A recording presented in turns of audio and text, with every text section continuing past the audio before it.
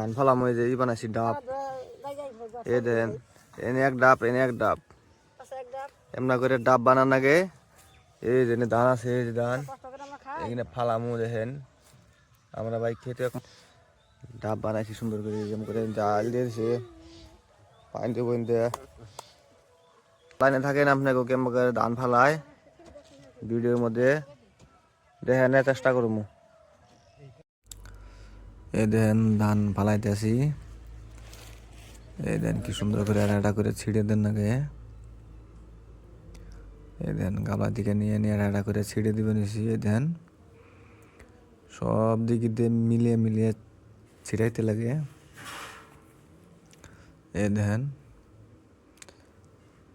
কি সুন্দর করে ধান ছিঁড়ে দিলে একটা একটা করে। এই ছিপাগুলো যখন হয় না ধানগুলো তখন এক জায়গায় থাকে, গেলে ভাঙ্গা ভাঙ্গা একটা একটা করে নিতে হয়। এ দেখেন এইভাবে মিলিয়ে মিলিয়ে করতে হয়। তারপরে যখন ধান দেওয়া শেষ তখন এইগুলা গুঁড়া গুঁড়া যে মাটিগুলা আছে এগুলা মাটি দিয়ে এভাবে চাইলে চাইলে ধানগুলো ঢাকতে হয়, যাতে ধানের ছিপাগুলো রোদে শুকায় না যায়। এই দেখেন এইভাবে ঢাকতে আসি মাটি দিয়ে দিয়ে। দেখেন এই দেখেন এইভাবে মাটি দিয়ে দিয়ে ঢাকতে লাগে। ওখানে দেখেন মাটিগুলো ছোট ছোট করে রাখছি, এভাবে ঢাকতে লাগে। এই দেখেন চাইলে চাইলে ঢাকতে লাগে। এই দেখেন এইভাবে সবগুলো ধান ঢাকতে লাগে।